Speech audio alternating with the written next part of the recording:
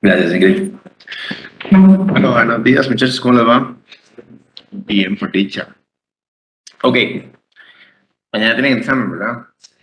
Ok, bueno, entonces esta clase no entra para el examen mañana por obvias razones, pero sí entra, supongo, para el examen final. De hecho, normalmente yo trato de poner las clases de ustedes como en orden de importancia. Teóricamente no porque ninguna es más importante que otra, pero sí lo es realmente.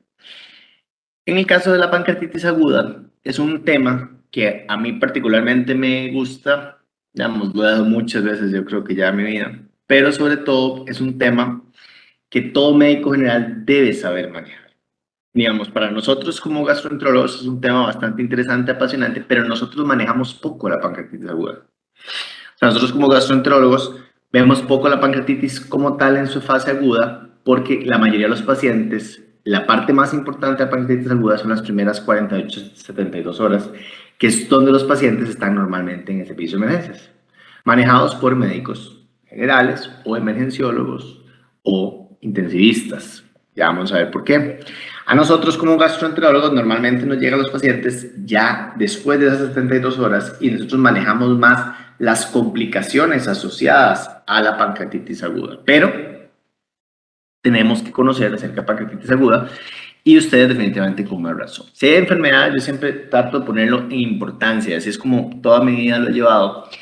¿Qué tantas posibilidades tengo yo como médico de encontrarme un paciente con pancreatitis aguda? Pues bastante. Les puedo asegurar que todos ustedes en algún momento van a tener que ver a un paciente con pancreatitis. Por eso es un tema importante. O sea, si yo les digo a ustedes, vamos a revisar Crohn, puede que ustedes en su vida vean un Crohn, si no son gastroenterólogos.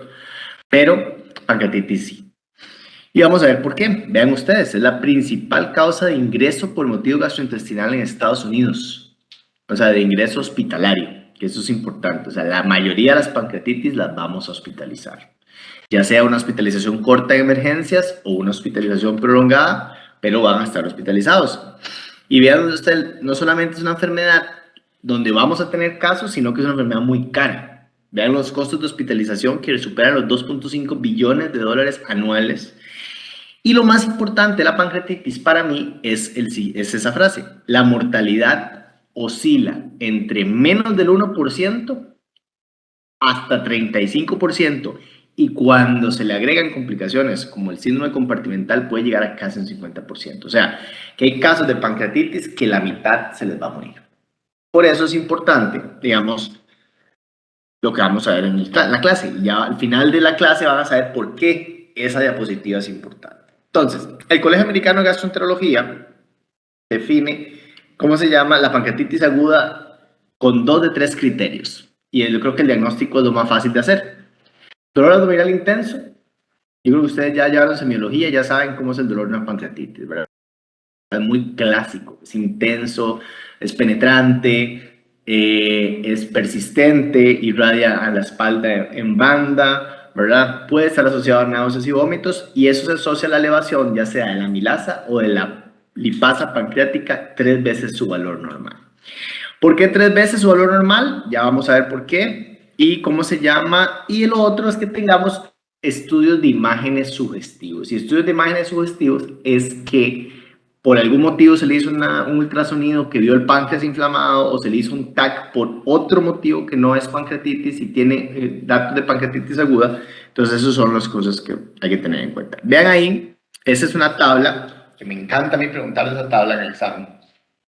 ¿Qué son las causas de elevación de lipasa y amilasa diferentes a la pancreatitis aguda? ¿Por qué es importante eso? Porque no todo lo que brilla es oro. A veces llega un paciente con un dolor abdominal y le hacen una amilasa, sale discretamente elevada y dicen, pancreatitis aguda. Y agarran a ese paciente y lo dejan ahí y el paciente lo que tiene es una isquemia intestinal. Entonces el paciente en 24 horas está muerto. O, por ejemplo, dejan ahí a la mujer con dolor abdominal y la amilasa elevada, la dejan ahí acostada y lo que tienen es un embarazo ectópico. Entonces, es importante que no todas las elevaciones de la amilasa y la lipasa son pancreatitis y por eso tiene que ser una clínica completa. Y vean ustedes cómo la amilasa es menos específica que la lipasa. Por eso se eleva en otras enfermedades diferentes. Vean ustedes donde la primera parte del cuadro es igual. Hasta apendicitis aguda, que vean ustedes que una apendicitis que debuta como dolor abdominal, digamos, puede tener elevación de la amilasa. Y la lipasa también. Entonces, por eso es importante este cuadro, esta tabla, perdón, que es muy importante. Ahora, la fisiopatología de la pancreatitis aguda es compleja, pero a la vez es interesante.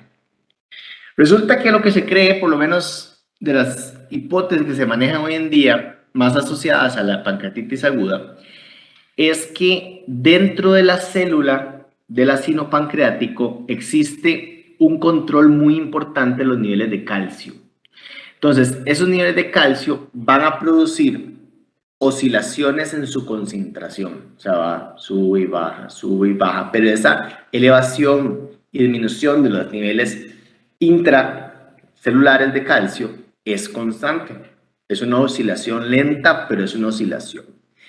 Cuando se estimula, si ustedes comen, va a producirse estimulación de la acetilcolina y la colecistoquinina, va a hacer que esa frecuencia cambie digamos, que esa oscilación cambie en frecuencia. O sea, va a seguir siendo así, pero en vez de ser así, va a seguir siendo así. O sea, va a ser más rápida, pero la amplitud de la frecuencia, digamos, de esa frecuencia es igual. La amplitud de esa oscilación. O sea, los valores de calcio intracelular puede que suban y bajen más rápido, pero siguen siendo los mismos. Eso es lo normal. Cuando eso pasa, se van a activar calmodulinas dependientes de calcio, que son, acuérdense, que son fosfodiesterasas. Entonces, lo que hace eso es, se activa la calmodulina, se dimerizan y empieza a haber todo un fenómeno exocítico. O sea, las organelas agarran y se van a empezar a ir hacia la superficie celular y se abren, botando todos los simógenos al lumen del canalículo del acino. Entonces, eso es lo normal. O sea, lo normal es eso. El calcio aumenta la frecuencia de las oscilaciones y eso activa fenómenos exocíticos. Resulta que cuando hay alguna noxa, y ahí viene la parte de lo que produce la pancreatitis, va a empezar a alterarse los niveles de calcio, pero no en frecuencia, sino se activan en amplitud. O sea, se elevan más los niveles intracelulares y descienden más. Entonces, eso no va a activar las calmodulinas. Y lo que va a empezar a suceder es que no va a haber exocitosis. Y las vesículas de simógenos se rompen intracelularmente. ¿De qué están llenas las vesículas de las células pancreáticas, de los simógenos pancreáticos? ¿Qué son principalmente? ¿Quién me dice qué son principalmente los simógenos pancreáticos? ¿O qué tienen las vesículas de las células pancreáticas? Fisiología básica.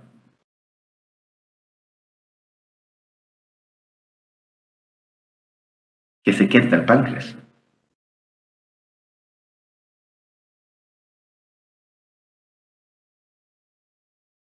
Más páncreas endocrino.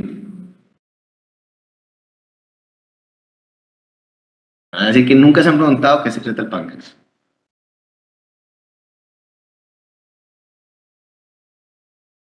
Ah, sí. Exacto. Lipasa, la primera. Por eso se divide en sangre. Lipasa, pepsina, y la mayoría son simógenos, digamos, que son enzimas en su forma inactiva. Ahora, todas estas, la palabra enzima, ¿a qué le suena? ¿Qué hace la enzima normalmente?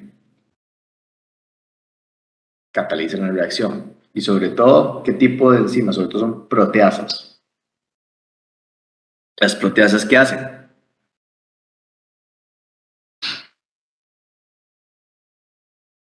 Proteínas. ¿Y de qué estamos hechos nosotros?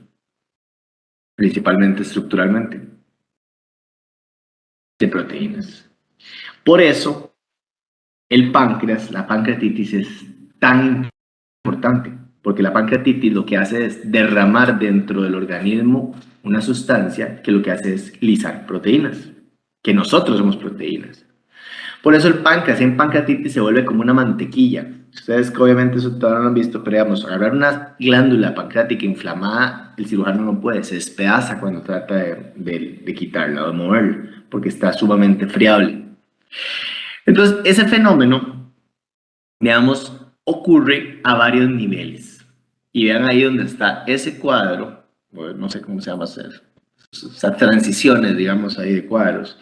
Lo que muestran son las principales fases de la pancreatitis aguda. Nosotros vamos a tener una fase intracelular, que fue la fase que les acabo de explicar.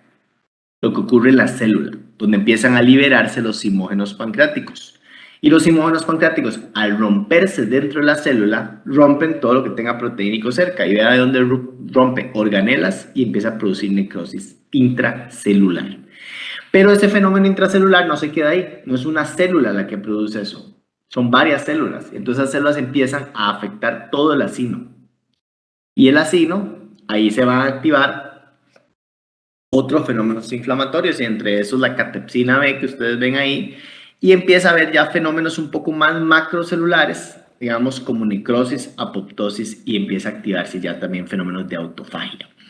Entonces ahí empieza lo que es la liberación de unos fenómenos, unas partículas que se llaman DAMPs. ¿Quién me dice que es un DAMP? ¿Alguien sabe qué es un DAMP? No. El DAMP es un concepto que es interesante que ha aparecido en los últimos años, que para ustedes tienen que empezar a manejarlo porque se habla mucho de los DAMPs, que son los moléculas de patrón asociado a daño celular. De hecho, existen los PAMPs y los DAMPs. Digamos, el DAMPs es Damage Associated Molecular Pattern, y está el PAMP, que es el que es de asociado a patógeno. Digamos, existen moléculas de patrón, digamos, que tienen tanto los daños celular como ciertos microorganismos que actúan a través de Toll-like receptors, o sea, a través de receptores Toll, que son de inmunidad innata. O sea, que se sabe hoy en día que solamente la molécula, es decir, el patrón de la molécula puede activar el sistema inmunológico innato. Y eso hoy en día es asociado a muchas enfermedades. Pero aparte de eso, también se activa todo lo que es el inflamosoma. El inflamosoma es toda la reacción inflamatoria. Empieza la secreción de citoquinas, de interleucina 1, factor de necrosis tumoral alfa, y obviamente empiezan activaciones de factores de transcripción como el NF-κB. Entonces, todo eso que yo les estoy diciendo a ustedes es un proceso inflamatorio normal. O sea, eso es lo que realmente ocurre en una pancreatitis, es una gran inflamación. Y entonces eso, donde ya se hizo en el acino, va a pasar a la glándula. Y obviamente ya cuando es una inflamación glandular, ya es una inflamación macro. Entonces ya ahí va a haber quimosinas, citoquinas, que van a hacer obviamente un efecto hematológico, y ya empieza obviamente a haber migración de células inflamatorias, ya empieza a haber diapedesis, va a haber quimotaxis de neutrófilos, entonces ya obviamente va a haber todos los fenómenos que ya conocemos en procesos inflamatorios sistémicos, y ya esa glándula es una glándula inflamada. Y esa inflamación, el organismo no es, obviamente, no son cajitas, ¿verdad? Cada organismo está, obviamente, todos los órganos están interconectados, y entonces empieza a haber una fase sistémica de inflamación. Esa fase sistémica de inflamación se favorece por dos fenómenos principales a nivel del páncreas. Uno es que el páncreas no tiene cápsula, o sea, no tiene una cápsula fibrosa que contenga el fenómeno inflamatorio. Y lo segundo es que el páncreas está altamente irrigado, tanto arterial como venosamente. Tiene inclusive arcadas vasculares que hace que esté sumamente conectado. Entonces, tenemos una glándula muy vascularizada, poco encapsulada, con un fenómeno de inflamación muy severo. Entonces, obviamente eso va a hacer que su proceso inflamatorio, ¿verdad?, sea realmente importante. Entonces, en estos pacientes empieza a haber un fenómeno de inflamación sistémica que puede o no tener falla orgánica múltiple. ¿Ya ustedes han visto el síndrome de respuesta inflamatoria sistémica? No. Bueno, eso es más o menos un síndrome de respuesta inflamatoria sistémica. Van a oír hablar mucho ustedes de eso en su carrera, porque la mayoría de las enfermedades inflamatorias tienen una vía similar. Eso simplemente es una gran inflamación. Ok, entonces eso es fisiopatológicamente. Fisiopatológicamente, como les dije, la fisiopatología de la pancreatitis es compleja, sin embargo, es como se llama, es interesante. Ahora, ¿por qué se produce la pancreatitis? Ahí viene, ¿qué es la noxa? ¿Qué es lo que desencadena ese proceso inflamatorio? La principal causa de la pancreatitis aguda, y les aseguro que eso es pregunta examen, es la enfermedad litiásica de la vía biliar. Más del 50% de los casos, de hecho ahí dice 40-50, en algunos llega hasta 70% de algunas series, pero manejémoslo como el 50% de los casos, de los pacientes con pancreatitis aguda lo que tienen son piedras. Son piedras en la vesícula que se salió de la vesícula, pasó al colédoco y se pegó en la parte de abajo, en el ámpula váter. Ahí va a producir un fenómeno de respuesta, ahí aumento la presión, que es lo que se cree hoy en día, probablemente provoca algo de edema y eso obstruye la salida del conducto. Y es lo que se cree que produce la pancreatitis aguda en más del 50% de los casos. Esa es la primera y la segunda es alcohol. Entre alcohol y litos son más del 80% los casos de pancreatitis aguda. O sea que de 10 pacientes, 8 es por esas dos causas. Por eso son las dos que hay que tener en la cabeza. O sea, el paciente llega y ustedes cuando sean internos va a ser así. Llega un paciente con pancreatitis. ¿Qué es lo primero que hay que pedirle? Un ultrasonido para ver si tiene piedras o no. Porque dependiendo de eso, va para cirugía o para medicina. Y ustedes como sean internos, eso va a ser una decisión muy importante. Porque puede ser que ahí ustedes no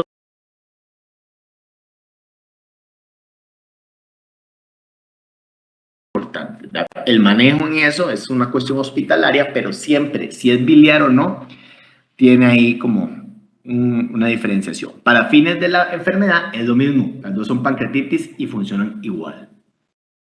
Otras causas de pancreatitis aguda, medicamentosa, hay algunos medicamentos que se asocian a pancreatitis, es lo más difícil determinar si la pancreatitis es o no por medicamentos, pero hay que saber, por ejemplo, la satioprina, la hidroclorotiazida, que usan mucho los pacientes en primer nivel, pueden dar pancreatitis aguda.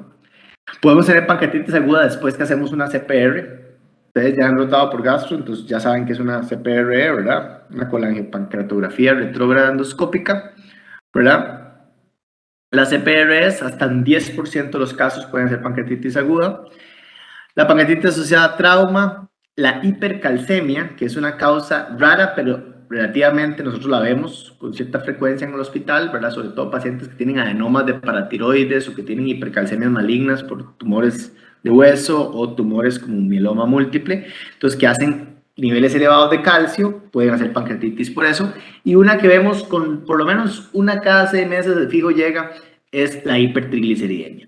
Pacientes que tienen triglicéridos por encima de 500, pero todavía más cuando suben por encima de 1000, digamos, tienen alto riesgo de hacer pancreatitis aguda por hiperviscosidad. Ahí lo que se cree es que el triglicérido tan elevado produce un suero demasiado espeso y eso produce en la microvasculatura pancreática fenómenos ahí como microtrombosis y eventualmente produce pancreatitis aguda. Entonces vean ahí, vean la etiología, biliar, alcohol, variantes anatómicas, ahí tenemos páncreas divisum, tenemos páncreas en herradura, drogas, sobre todo cocaína es una de las que puede dar pancreatitis, metabólica, ya hablamos un poco de hipertrigliceridemia, sobre todo obstrucción mecánica del flujo pancreático, sobre todo esos, ahí quiere hablar de, digamos, de piedras, pero que ya lo vimos en biliar, o parásitos. Ascaris lumbricoides puede producir obstrucción de la salida ahí de la ámpula de váter y producir pancreatitis. Toxinas, veneno de escorpión, que está en toxinas y en veneno, es raro. Trauma, se ha asociado a pancreatitis aguda, sobre todo a trauma automovilístico, sobre todo por el cinturón de seguridad. Como el cinturón cruza acá, pacientes con traumas muy severos a veces hacen ruptura de la glándula. Digamos, hacen como en la mitad, entonces hacen ruptura y eso puede producir pancreatitis. Isquemia, rarísimo, pero está descrito en pacientes con fenómenos isquémicos importantes, ¿verdad? Hipotermia, que no vamos a verlo en este país.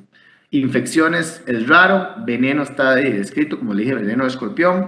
Pancreatitis autoinmune, que no vamos a meternos en pancreatitis autoinmune, pero la pancreatitis autoinmune es una enfermedad que se da sobre todo en hombres mayores de 50 años. Y hay una variante que tiene elevación de la amilasa y puede confundirse con una pancreatitis aguda común y corriente. Genética, nosotros tenemos pocas familias, digamos, en Costa Rica que se sepa que tengan mutaciones asociadas a pancreatitis hereditaria.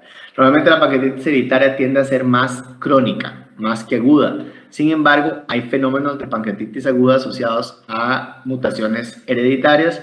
Entre esos tenemos mutaciones del gen SPINK1, del PRSS1 y del CFTR, que ese es el receptor de transmembrana de fibrosis quística. Pero por ahí vamos a verlo cuando hablemos de pancreatitis crónica. Y siempre, como en toda medicina, ¿verdad? Siempre va a haber, pues, siempre es de un 10 a un 20%, ¿verdad? Idiopático. Ustedes cuando no sepan, ustedes dicen del 10 a un 20% es idiopático. Y van a pegar en el 95% de las enfermedades de medicina. ¿Qué le hacemos todo y no sabemos por qué? Entonces, esas son las famosas pancreatitis idiopáticas. Entonces, vean ustedes ahí las definiciones, digamos, la pancreatitis es una enfermedad, la pancreatitis aguda, que les encanta hacerles clasificaciones.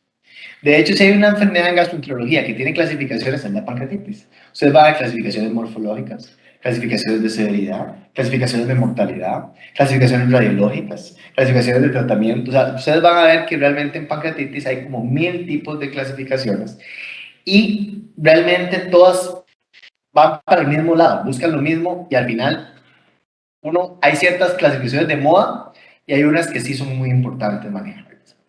En cuanto a la clasificación morfológica, que de hecho este artículo que se lo recomiendo, este artículo es nacional, eso lo hizo la gente de aquí, el doctor Dobles y compañía, en el 2019, que me parece que es un artículo muy bueno, que resume bastante bien pancreatitis aguda. Por esta tabla, de hecho la hace inclusive en español, que, yo decía, qué asco, que esté como resbaloso el piso, ya vi que es que Ingrid mató la cucaracha exactamente a mis pies y dejó todo embarrado ahí, oigón. Pero bueno,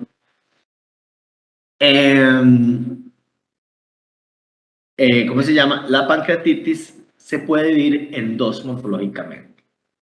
Uno es intersticial, que es el 80% de las pancreatitis que van a ser leves. Y el otro es la pancreatitis necrotizante.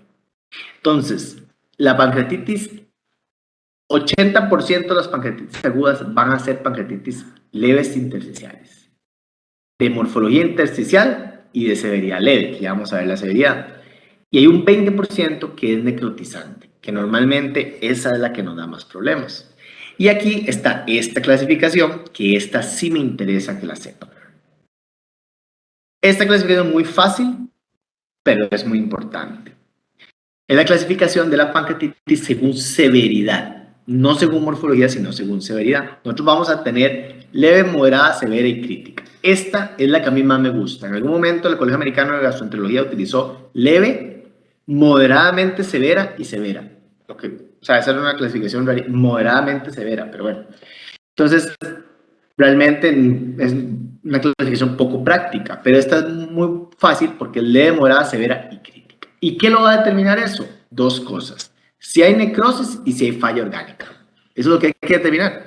Entonces, ven ahí donde está definido qué es fallo orgánico y lo que hay que saber es si tiene o no tiene necrosis. Entonces, si la paciente no tiene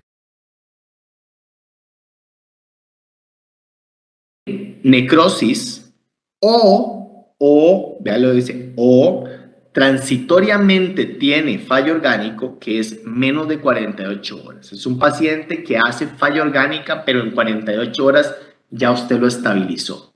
O sea, el paciente hizo deterioro renal, pero usted lo estabilizó de emergencias y en 48 horas el paciente está estable. Ese paciente hizo una pancreatitis moderada. El paciente que después de 48 horas hizo fallo orgánico, siguió con fallo orgánico, ya es una pancreatitis severa. O el que hace una necrosis con datos de infección, es una pancreatitis severa. Y crítica es cuando están se hizo infectada y además hizo fallo orgánico. Pero vean ustedes que una necrosis infectada o una pancreatitis con fallo orgánico de más de 48 horas es una pancreatitis severa. Y como pancreatitis severa debería estar en cuidado intensivo. Porque si no, se va a morir. ¿Y cómo decimos que tiene fallo orgánico? Ahí está muy fácil, véalo, eso lo dice el SOFA, que es inotrópicos un índice respiratorio menor de 300, una creatinina de más de 2. ¿Vio qué fácil? Ahí está. Los criterios son muy sencillos.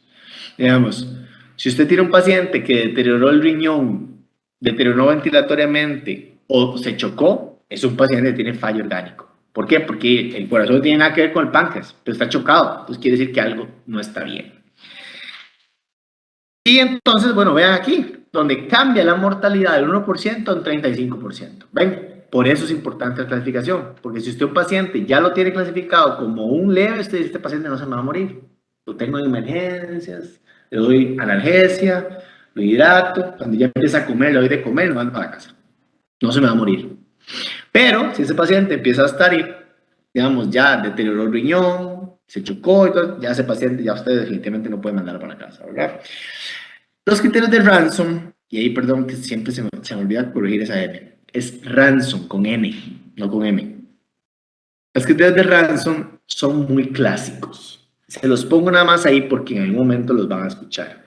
Los criterios de Ransom se hacen al ingreso y a las 48 horas y son 11 criterios.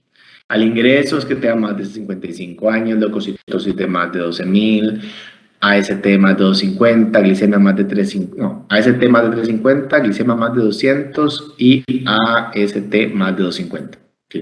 DHL más de 350, AST más de 250 y glicemia más de 200. ¿Sí?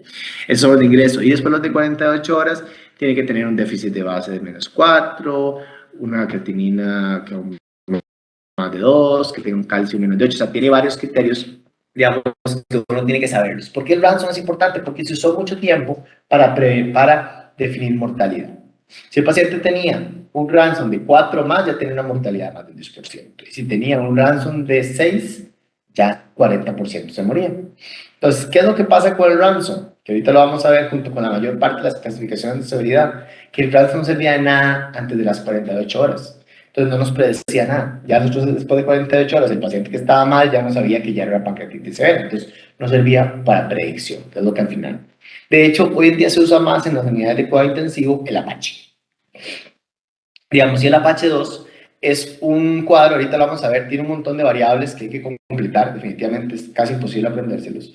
Pero el Apache también nos va a producir mortalidad. Vean ahí donde yo les pongo que tiene un pobre valor predictivo positivo en las primeras 24 horas. Que al final eso es lo que a uno le gustaría en pancreatitis. A uno le gustaría un examen o un score que en 24 horas me diga si ese paciente se va a hacer cromo o no.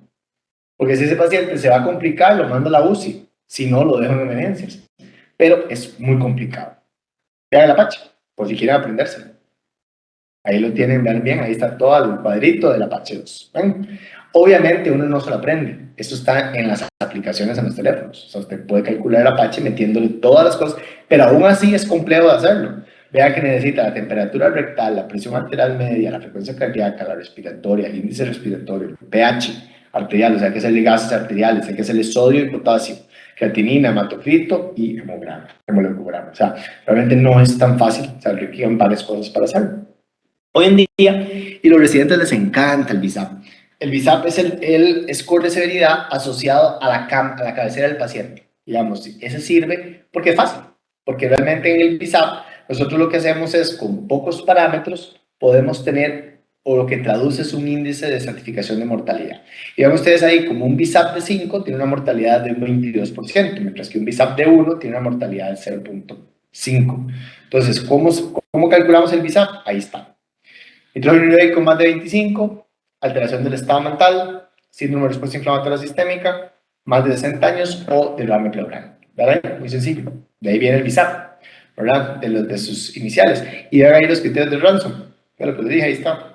No se me olvida. AST más de 250, DHL más de 250, glicemia más de 200. Bueno, entonces, esos son los criterios de Ransom, pero el Ransom hay un Ransom que es para piedras y un Ransom que es para alcohol. Entonces, también eso hay que aprendérselo. Tiene ciertas diferencias en los valores. Pero el punto es que, digamos, ahí está el BISAP. Y aparte de eso, de los intensivistas, ellos no se pueden dar por menos, ¿verdad? Entonces, obviamente, ellos desarrollaron sus scores de falla orgánica y entonces hay como mil scores de falla orgánica asociados a terapia intensiva, ¿verdad?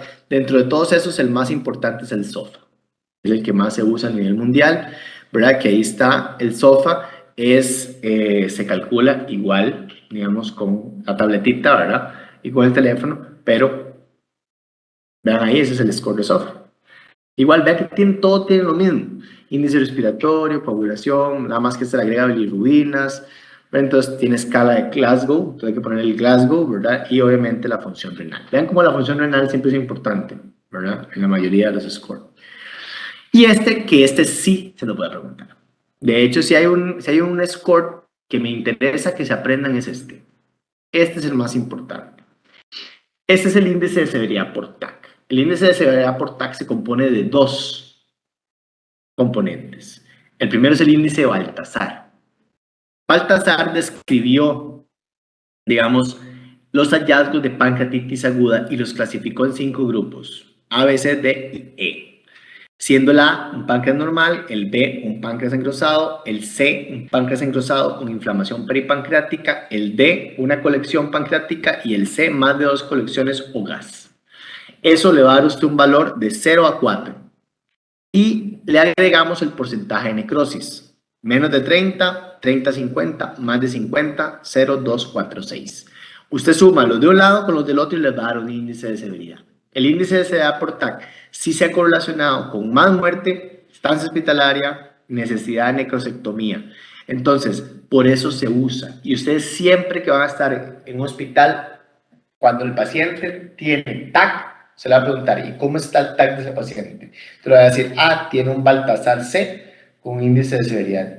Entonces uno ya sabe ese paciente, porque ese paciente, eso nos va a traducir el paciente que se va a complicar, que se infecta más, que se muere más, que va a estar más hospitalizado. Entonces sí nos va a dar realmente una idea de ese paciente y de cómo se va a complicar. No es lo mismo un paciente que usted me diga que en el TAC tenía 2 colecciones pancreáticas con gas, a un paciente que tenía un Baltasar B, que nada más tiene una glándula engrosada. Yo sé que ese paciente que tiene una glándula engrosada, ese paciente probablemente en unos días va a estar en la casa. Pero el que tiene las colecciones, ese paciente probablemente va a tener que quedar hospitalizado, va a haber que hacerle necrosectomía, va a infectarse esa colección. Entonces, son pacientes, es muy importante, digamos, y la necrosis nos va a dar mucha información de lo que va a pasar con ese paciente. Entonces, vean ustedes dónde nosotros vamos a evaluar la severidad con todo lo que hablamos. Podemos hacerle los índices a la admisión, todas las cosas que quiera hacerle a la admisión. A las 48 horas vamos a hacerle el Apache, vamos a hacerle una PCR ultrasensible, vamos a ver cómo se ve. Y lo más importante, también pregunta examen. Esto lo preguntamos a un residente y la falló. Y ya había traba gastro, ¿verdad? ¿Cuándo se le hace un TAC a un paciente con pancreatitis aguda? A las 72 horas. Si usted un paciente no le evolucionó bien, o sea, usted ve como que el paciente todavía tiene dolor, sigue con alteración de los exámenes, está con leucocitosis, a ese paciente a las 72 horas es cuando se le hace un TAC de abdomen con medio contraste, con protocolo de páncreas. Así se pone TAC de abdomen con protocolo de páncreas. ¿Por qué? Porque ese es el TAC que nos va a decir si hay colecciones y si hay necrosis. Antes de las 72 horas no vale la pena hacer un TAC por 2 motivos. Uno, porque la necrosis no está bien establecida, entonces no vamos a saber si tiene necrosis. Y lo segundo, porque hay algunos estudios que dicen que si usted hace un TAC muy temprano, el medio contraste puede afectar la microcirculatura del páncreas y puede producir un poco más de daño en la glándula. Entonces, 72 horas es la medida estándar para hacer un TAC de abdomen. Muy importante. Hasta aquí, claro. Entonces, vean cómo hemos ido, pues les he ido contando una historia. Entonces, como dicen, en donde ya hicimos el diagnóstico, vimos la severidad, clasificamos la severidad, ¿verdad? Y clasificamos la pancreatitis. Entonces, ya en este punto, ya tenemos al paciente diagnosticado y clasificado. Ahora la pregunta $1.000.000 tiene la siguiente parte. ¿Qué hacemos con ese paciente? ¿Cuál va a ser la meta de nosotros como médicos en una pancreatitis aguda? No es que el paciente, obviamente, primera meta es que el paciente no se muera. Siempre va a ser esa la primera. Pero nuestra principal meta de tratamiento, yo creo que se lo dije en la clase pasada, uno siempre tiene que tener claro la meta del tratamiento. La meta del tratamiento es evitar, en la medida de lo posible, que una pancreatitis aguda evolucione a una pancreatitis severa. Y mucho del manejo que ustedes van a hacer es lo que puede determinar ese paso. Por eso es fundamental el manejo del paciente en las primeras 48 horas. Cuando yo veo una pancreatitis aguda, ya está listo. Porque a mí me llega normalmente después de 48 horas. Ya está cocinado. Ya es una pancreatitis leve o una pancreatitis severa. Yo ya lo que yo haga ya no va a hacer el cambio. Lo hizo el manejo en las primeras 48 horas. Por eso es muy importante manejar bien una pancreatitis. Y resulta que dentro de todos los estudios que se han hecho durante décadas de la pancreatitis aguda, se ha determinado que el principal factor predictor, digamos, de tratamiento de severa intravascular. O sea, hay que hidratar a ese paciente. El paciente con pancreatitis aguda tiene un fenómeno básico. ¿Cuál es el fenómeno básico de la pancreatitis? Ya lo dijimos, inflamación. ¿Qué va a producir la inflamación? Aumento de la permeabilidad vascular. Entonces, el paciente que es pancreatitis va a tener fuga capilar, va a tener fuga de sangre al fundidos, porque todo el volumen intravascular empieza a distribuirse al espacio intersticial. Entonces, se sabe que ese paciente va a sufrir, entre paréntesis, una hipovolemia en los órganos principales, y dentro de esos órganos principales, cerebro, riñón, corazón y el mismo páncreas. Entonces, lo primero que hay que hacer en ese paciente es hidratarlo. Y se ha visto que el paciente que se hidrata le va mejor. El Colegio Americano de Gastroenterología se pasó de, digamos, de hidratación. Entonces empezó, y eso lo dicen las guías. Digamos, las guías del 2000, o sea, son las del 2014, creo que fueron que salieron esas, sí. Vamos a ver. No, las de la Colegio Americano 2013. Hablaba que había que ponerle 250 cc a 500 cc por hora. ¿Usted calcula cuánto es eso en 24 horas? O sea, 12 litros, doble de la bulimia que tenemos nosotros. O sea, nosotros tenemos más o menos 5 a 6 a 7 litros, digamos, de sangre. Entonces hablamos de que estamos duplicando la bulimia en líquido. Entonces se vio que esa hidratación era un poco agresiva. Y eso empezó a ver a la gente en cuidados intensivos. ¿Qué pasaba con ese paciente? Tenía un proceso de inflamación intraabdominal, empezamos a rehidratarlo, de repente el paciente más bien se nos pasaba. Entonces empezaba a hacer hipertensión intraabdominal. Entonces, hoy se sabe, ¿verdad? Que, ¿cómo se llama? No hay que hidratarlos tanto. Y de hecho lo que hay que hidratarlos, aquí está. Eso es lo que se recomienda hoy en día y eso es lo que ustedes van a manejar. Digamos, se le da un bolo inicial de 20 cc por kilo en los casos leves, de 10 cc por kilo en casos severos. Vean ustedes donde la pancreatitis severa requiere menos líquido. Precisamente eso es importante. Y después se le monta la infusión de 2 a 3 cc por kilo o de 1 a 2 cc por kilo, dependiendo si es severa o leve. Y ustedes así es como. Entonces, eso es para calcular. Y ustedes algún día van a querer ese forro, porque lo que ustedes tienen que hacer es calcularle la dilución. ¿Con qué? ¿Con qué hidratamos? Con cristaloides. Y eso también es importante. No se hidrata con coloides. Si ustedes van a ver que hay soluciones cristaloides y soluciones coloides. Las soluciones cristaloides son todos que son sueros. Suero, solución salina, solución mixta, hidrolitiva balanceada, lactato de Ringer, y las coloides son el dextran, la albúmina, el plasma fresco, que tienen proteínas. Entonces, obviamente usamos cristaloides, ¿verdad? Y lo que vamos a empezar es a hidratarlo. ¿Y cómo vamos a saber si estamos hidratando a ese paciente? Muy sencillo, el gasto urinario. Si el paciente orina y mantiene función renal, estamos hidratándolo bien. Yo creo que todos ustedes saben que si a ustedes les falta líquido, lo que van a hacer es orinar concentrado, ¿cierto? Es lo mismo. O sea, usted, el paciente, obviamente, es un paciente que va a tener una sonda Foley, ¿verdad? Y va a estar midiéndole el gasto urinario. La presión venosa central no es un buen parámetro, pero bueno, eso ustedes lo van a ver más adelante. Ok, entonces el primer pilar del tratamiento es hidratación. ¿Todo claro? Siempre lo pregunto y siempre me falla. Entonces, el segundo pilar es la analgesia.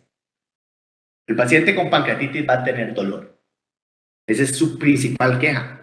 De hecho, por eso llega a emergencias. Porque tiene un dolor epigástrico intenso, digamos, que inclusive lo hace estar así como en posición fetal, ¿verdad? Que se describe en los libros es la posición del monje maometano. ¿Alguien sabe cuál es esa posición? No. ¿Ustedes han visto a un musulmán rezar? Reza de rodillas por la mano, ¿eh? Eso es una posición de monje maometano. Entonces lo que hace la gente es que se pone así porque se cree que al estar de rodillas con los brazos adelante, la glándula se hace hacia adelante y se separa un poco el plexo nervioso. Entonces se ha visto que eso alivia un poco el dolor. De ahí viene también la parte de la posición fetal en la gente cuando tiene dolor abdominal. Lo mismo, lo que trata de hacer es como encorvarse para que como hacer como menos estímulo de los plexos nerviosos. Entonces la analgesia, se ha visto que en el paciente con pancreatitis hay que darle la analgesia, porque los que usted no analgesia les va peor. Y eso ya está demostrado. Digamos, se mueren más y se complican más. Entonces, ¿qué hay que darles? Lo que usted tenga a mano. Entre mejor pueda quitarle la analgesia, mejor. Antes se decía que no se podían usar opioides, porque los opioides aumentaban el tono del esfínter de Oddi y que entonces eso iba a hacer que aumentara la pancreatitis. Y efectivamente aumenta el tono del esfínter, pero clínicamente no es relevante. Entonces, usted a ese paciente le da opioides, le da fentanil, le da morfina, le da demerol, o sea, le da algo fuerte, no le van a dar una acetaminofén, porque obviamente no les va a ayudar. Sin embargo, se puede dar, nada más que sea como complemento. Y tanto ha llegado el punto del manejo del dolor de estos pacientes que inclusive hoy en día se puede usar bloqueos epidurales. O sea, usted le dice al anestesiólogo que venga y le meta una aguja en la espalda para que le ponga un bloqueo epidural. Para que hagan ustedes hasta qué punto llega el manejo del dolor en estos pacientes. No es necesaria la resolución completa del dolor. Sin embargo, es que el dolor sea tolerable, digamos que no sea muy fuerte, para empezar dieta. Y ahí viene el tercer pilar. El tercer pilar del paciente con pancreatitis aguda es la dieta. Empezarle comida rápido. En estos pacientes antes se manejaba el no le demos de comer hasta que se acabe la pancreatitis. O sea, pasaban pacientes 15 días en ayunas. Nada viral, con suero. Porque la hipótesis era, démosle reposo al páncreas. Hagamos reposo pancreático. Entonces, si nosotros le damos de comer, entonces por aquí vamos a estimular el páncreas y entonces eso iba a empeorar la pancreatitis y el dolor. Hoy se sabe que eso está pésimo. Y se ha visto que el paciente que usted más bien lo tiene en ayunas mucho tiempo, se muere más. Se muere más, ¿por qué? Porque al no darle comer, el paciente empieza a hacer translocación bacteriana intestinal. Entonces el paciente, como el intestino no está trabajando, empieza a proliferar las bacterias, empieza a haber translocación. Entonces empieza a hacer bacteremia endógena. Y entonces empieza a infectar las colecciones pancreáticas y a infectarse el paciente. Entonces moría más de infecciones. Entonces, más bien, el paciente apenas usted ya lo maneja más o menos el dolor y muy importante, tiene peristalsis, usted le empieza comida. ¿Cómo saben ustedes que un paciente tiene peristalsis? Ok, muy bien, le escuchan al peristalsis con el estetoscopio, pero resulta que como la mayoría de los médicos no andan en estetoscopio, palpación es difícil. Tener buena palpación para palpar peristalsis. Eso es el sentido común, que defeque. Si un paciente usted le dice, ya se está tirando peditos, sí, tiene peristalsis. Nadie que no tenga peristalsis puede al baño. Entonces, ya con solamente, si el paciente defecó o canalizó gases, ya usted dice, peristalsis. Entonces, empecé a tiene peristalsis, porque lo que va a hacer es, se va a distender y va a empezar con dolor por ilio. Entonces, eso es importante. Estos pacientes por inflamación a veces hacen ilio las primeras horas. Entonces, ustedes le ponen el esteto y es un cementerio. No se escucha nada. Ese paciente está total y completamente, digamos, sin peristalsis. ¿verdad? Entonces es importante. Apenas el paciente le controlan el dolor y comprueban que tiene peristalsis, le empiezan comida, ¿verdad? Y se le puede empezar por boca.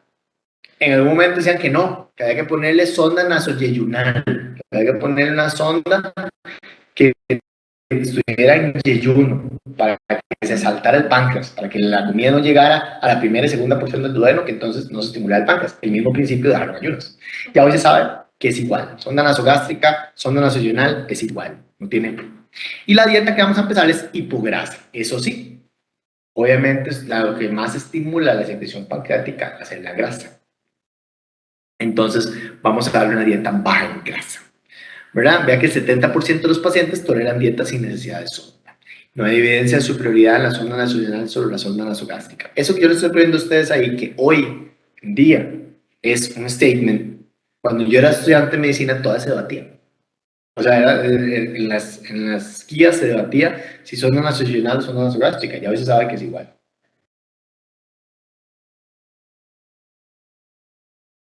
Entonces, nutrición, ¿verdad? Vean ahí. El inicio temprano de nutrición se asocia a una disminución en la mortalidad en un 64% y reducción de un 61% en el daño del fallo orgánico múltiple. Y sobre todo ese fallo orgánico múltiple está dado por procesos infecciosos. Vean ahí, se debe aclararse que estos beneficios se pierden si la alimentación se retrasa más de 48 horas. Entonces, lo que hablamos, ¿verdad? Lo más rápido posible. No sirve el uso de probióticos o elementos traza, no se ha visto que tengan ninguna cosa, y la suplementación con glutamina se ha asociado a una menor tasa de infección, difusión orgánica y mortalidad. La glutamina es el famoso glutapac, ¿verdad? La glutamina es un aminoácido que normalmente los enterocitos utilizan como fuente de energía, entonces sirve. Y el cuarto pilar, ya tenemos tres, nos falta el último, ¿verdad? Para tener ya una mesa completa, es infección. Entonces, nosotros tenemos que manejar la infección. Pero vea que la palabra es manejar la infección. En ningún momento yo he dicho prevenir la infección. La profilaxis antibiótica no ha demostrado ningún beneficio en estos pacientes. Por el contrario, más bien se ha visto que los pacientes que tienen pancreatitis aguda, si les da profilaxis antibiótica, lo que hace uno es seleccionarle flora. Entonces, lo que sí hay que hacer es estar ojo al Cristo si el paciente tiene datos de infección. Si ya tiene datos de infección, ahí sí hay que darle antibióticos y antibióticos de verdad, antibióticos de amplio espectro, ¿verdad? ¿Cuáles complicaciones infecciosas podemos tener en estos pacientes? Vamos a tener complicaciones, no solo el páncreas se le infecta, sino también van a tener complicaciones infecciosas a otro nivel. Dentro del páncreas vamos a tener infección de la conexión pancreática. Y ya sea por vía hematógena, por vía cítica, linfática, biliar, la conexión bacteriana, por la vía que ustedes quieran, le llega una bacteria y se infecta. Y también podemos tener complicaciones infecciosas extrapancreáticas. ¿Cuáles? Neumonías, infecciones urinarias, colangitis, o sea, obviamente vamos a tener bacteremias, fungemias, podemos tener endocarditis, o sea, cualquier tipo de infección. Acuérdense ustedes que los pacientes con fenómenos inflamatorios severos, que están graves, obviamente tienen mayor riesgo de infecciones intrahospitalarias, ¿verdad? Y de ahí, eso es importante. La primera semana el paciente se muere de inflamación. Son de causas extrapancreáticas. Ese es el SIRS, ese es el fenómeno de respuesta inflamatoria sistémica, es lo que mata al paciente en las primeras semanas. Ya después de la segunda o tercera semana, lo que mata al paciente son las infecciones. Y ahí es cuando empieza a haber causas locales, hablamos de causas infecciosas. Y vean ahí, vean las complicaciones, ahí las tienen, mucho cuadrito, ¿verdad? Vean ustedes cómo una pancreatitis puede tener todas esas complicaciones, todas. Entonces, vean ustedes como ese paciente, uno no sabe, como dice el dicho, por dónde va a saltar la liebre. Entonces, tiene un paciente que está grave y obviamente puede hacerles cualquiera de esas. Puede ser la hipocalcemia, hipotrigliceridemia, se puede poner encefalopático, puede hacer hasta una rhabdomiolisis, ¿verdad? Que eso es ya lo último que uno quiere que le pase, ¿verdad? Pero puede tenerlo. Y ahí hablábamos de lo de la presión intraabdominal, eso se puso ahí, eso más que todo cuando hablaba de los residentes, porque ustedes no los vamos a poner a medir presión intraabdominal, pero digamos, los pacientes, cuando usted sospecha un síndrome intraabdominal abdominal, hipertensión intraabdominal, el paciente empieza a chocarse y empieza a deteriorar función renal. Entonces uno ve que el abdomen está tenso, entonces uno le mete una sonda Foley con un manómetro y uno empieza a medir la presión de esa sonda, digamos, porque obviamente la presión es transmitida a través de la vejiga. Entonces uno sabe si está muy cerrado el asunto, ¿verdad? Lo que está haciendo es hipertensión intraabdominal. Y a esos pacientes hay que o empezar a darles diuréticos como locos para tratar de secarlos, o inclusive en casos más severos hay que abrirle la panza y hacerles, ¿cómo se llama? Una descompresión quirúrgica, digamos, abrirlos literalmente, que se salgan todas las tripas literalmente, dando a que le dé mamar. Eso es, los síndromes intraabdominal, los síndromes hipertensivos, digamos, dentro de una cavidad, son una de las cosas que tienden a matar más a la gente. Aparte del síndrome de hipertensión intraabdominal, digamos, ¿qué otros síndromes compartimos? Dos, muy importantes, que van a ver mucho, por cierto.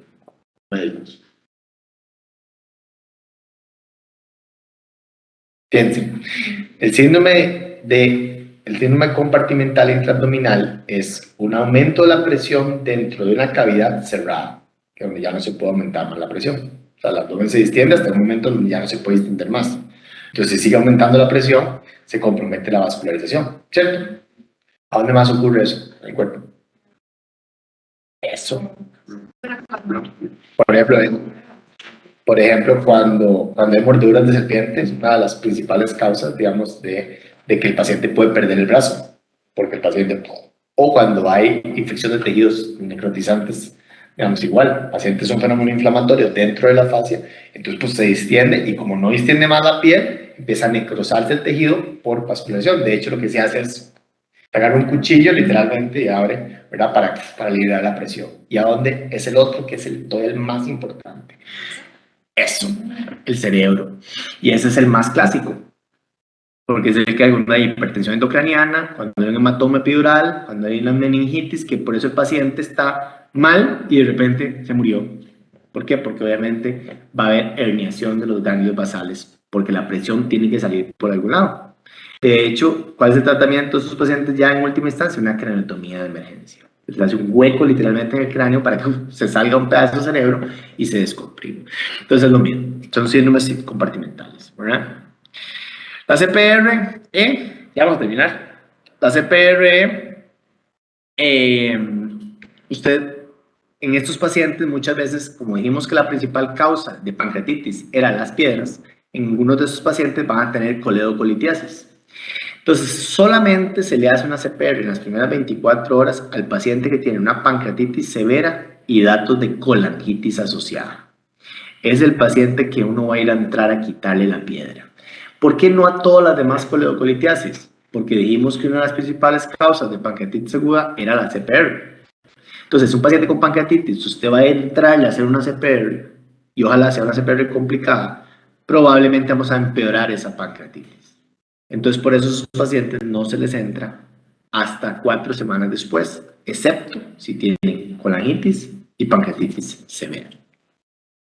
E idealmente, ¿verdad? Al paciente debería operarse. Digamos, debería quitarse la vesícula para evitar una nueva pancreatitis, ¿verdad? Que dice 4 semanas para progresiva y en el paciente con pancreatitis leve se dice que debería irse operado. Después de... Ok, en algunos pacientes hay que, digamos, que hacen una colección, esa colección se va a necrosar. Y en esos pacientes, si usted no les hace algo, se van a morir. Entonces, esos pacientes lo que hay que hacer es una necrosectomía. Hay que sacarles la porquería, literalmente, la necrosis de esa colección, ya sea por vía quirúrgica, vía endoscópica o vía radiológica. Hoy en día la que más se está utilizando es la vía endoscópica, ya por ultrasonido endoscópico. Ahí es de la quirúrgica que ya no se usa casi. Y se ha visto que las técnicas endoscópicas, digamos, tienen una mayor tasa de éxito, menor recurrencia, menor necesidad de reintervención y menor estancia hospitalaria. Nosotros utilizamos un ultrasonido endoscópico, usamos la colección, ponemos un stent metálico, hacemos un hueco y después entramos ahí a sacar porquería, digamos, y eso se ha visto que mejora mucho. Eso es muy sencillo, está muy resumido, pero eso es lo que se hace. Esos son los criterios para manejo endoscópico, no se los voy a preguntar obviamente a ustedes. Y la colecistectomía, que ya dijimos, ¿verdad? Que los casos leves se debe hacer con el paciente mientras está hospitalizado y en los de mayor severidad dijimos de 2 a 4 semanas. Complicaciones locales. Vamos a tener la colección aguda líquido, Cuando ya la colección aguda de líquido dura más de 4 semanas, es un pseudoquiste. La colección necrótica aguda, que cuando dura más de 4 semanas, ya es una necrosis amurallada, que esa es la que más problemas nos da. La necrosis amurallada, porque es una bola llena de líquido con material necrótico. Y eso se infecta facilísimo, de hecho la mayoría se infectan, y hay que quitarlo. Es como un absceso, es un gran absceso. En algún momento se hablaba de flemón pancreático, que era un absceso, pero al final es un absceso. Si usted no lo quita, el paciente no mejora. Y ven ahí, donde este cuadrito resume un poco todo lo que hemos estado hablando, ¿verdad? Y vean ahí donde el manejo de las colecciones está el pseudoquiste y la necrosis amurallada. Esas son las dos principales complicaciones. El pseudoquiste es cuando es una bola de más de 4 semanas, pero predominantemente líquida, que esa es fácil. Usted nada más la punza, le pone un stent y lo drena. Y está cuando es con necrosis, que usted un stent plástico no le va a servir de nada porque lo que tiene es un montón de material necrótico que ese se quiera debridarlo. Y eso es lo que nosotros llamamos una necrosectomía. Hasta aquí preguntas. ¿Quedó claro? Escuchar una hora.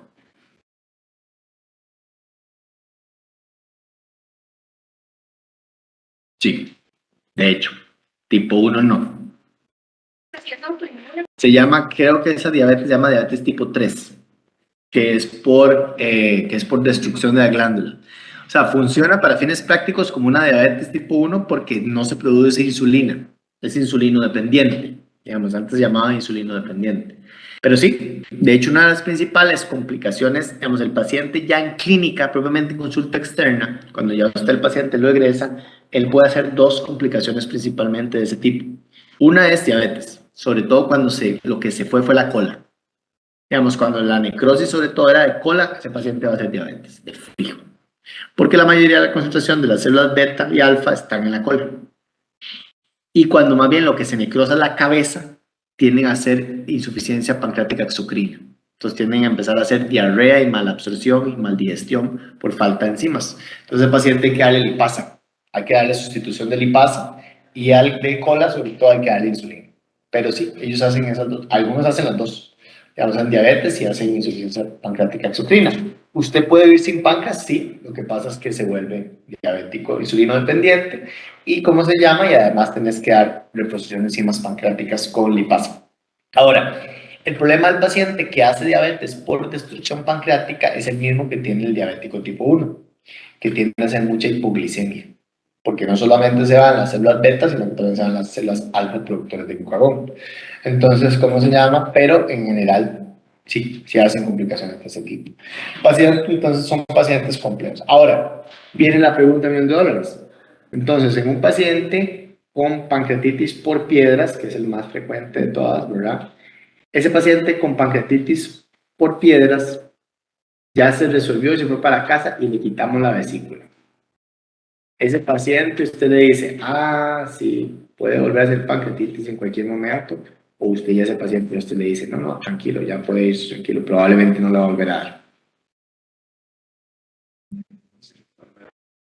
Sí, existe un riesgo que le dé, digamos, cuando pueda hacer lo que se llama, eh, puede hacer, ¿cómo se llama? Litos de novo, sin embargo son raros. En general, el paciente con pancreatitis aguda por piedras que ustedes le quitan la vesícula y le resuelven el problema,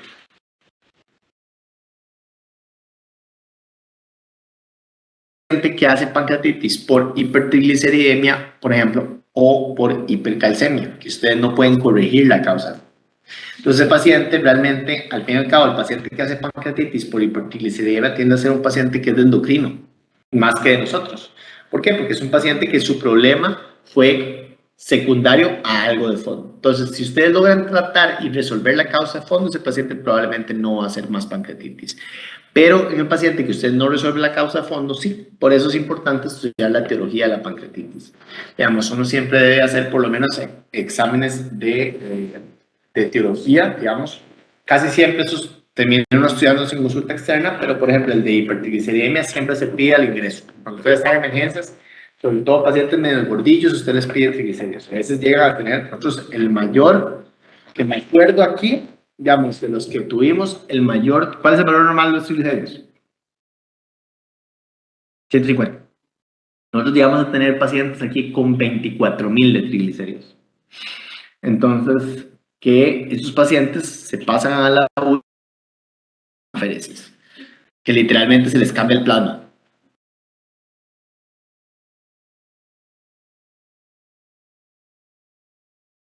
Sí, claro. De hecho, un paciente con triglicéridos en 20 y algo mil, eso es genético. Eso es una hipertrigliceridemia familiar. O sea, ningún paciente, por más gordo y que coma y tome guaro y come mal, va a tener triglicéridos en más de 500.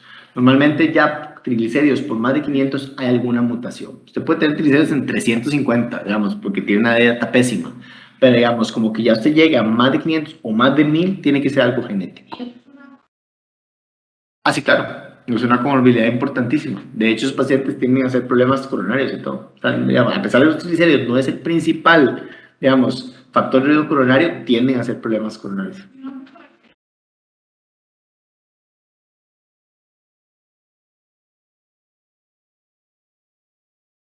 Tiene que manejar medicamentos, o sea, definitivamente hay que darle, y ahí ya vos puedes usar algún tipo de fibrato, digamos que es el que más los baja. Existe, por ejemplo, el genfibrosilo, que es el más viejo, que no es tan bueno, pero digamos, están los fenofibrato, por ejemplo, que es ya de las nuevas generaciones, que todavía tienen más poder hipolipemiante.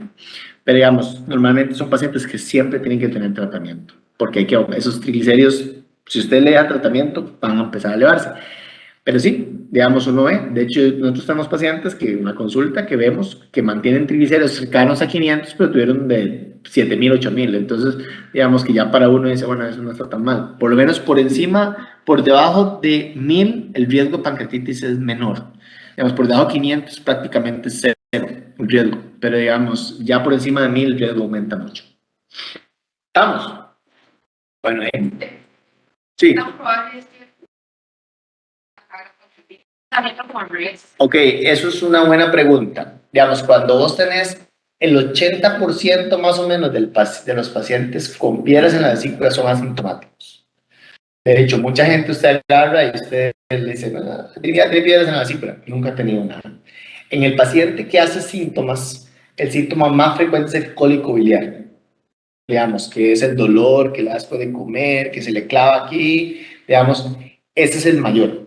De ese 20%, digamos, un porcentaje pequeño, que creo que es como menos de un 5%, hace complicaciones mayores, que es que hace coledocolitiasis, y el que hace coledocolitiasis es el que tiene mayor riesgo de hacer pancreatitis. O sea, que para tener una pancreatitis por piedra hay que ser salado, digamos. Pero sí, pero de las pancreatitis la mayoría son por coledocolitiasis. O sea, digamos, la cantidad de gente que tiene piedras en la vesícula es abrumante. O sea, ustedes, las listas de espera de colestectomía por piedras, yo creo que andan como por 4 o 5 años, una cosa así. ¿Ah? Sí, pero hacen, pero pueden tener. Pero digamos, sí, lo que pasa es que, digamos, ¿y por qué tener dolor? ¿Por colecistitis o por coledocolitiasis? Es que pones la colecistitis después del cólico, la colecistitis es la que sigue en frecuencia, porque están dentro de la vesícula. Además, hepáticas, probablemente por inflamación. Es que, digamos, ahí viene el punto. Digamos, no es lo mismo tener una colestitis aguda que te puede elevar enzimas por inflamación a tener ya una coledocolitiasis con el hito pegado abajo, porque ya ahí empieza a aumentar la presión, empieza a aumentar las bilis y ya entonces ahí se eleva más. Pero digamos, de todas, como le digo, en orden de frecuencia es cólico biliar, colecistitis aguda, ahí viene el miritzi que está por ahí, que es parecido, digamos, y ya después viene coledocolitiasis, pancreatitis aguda biliar, cisto,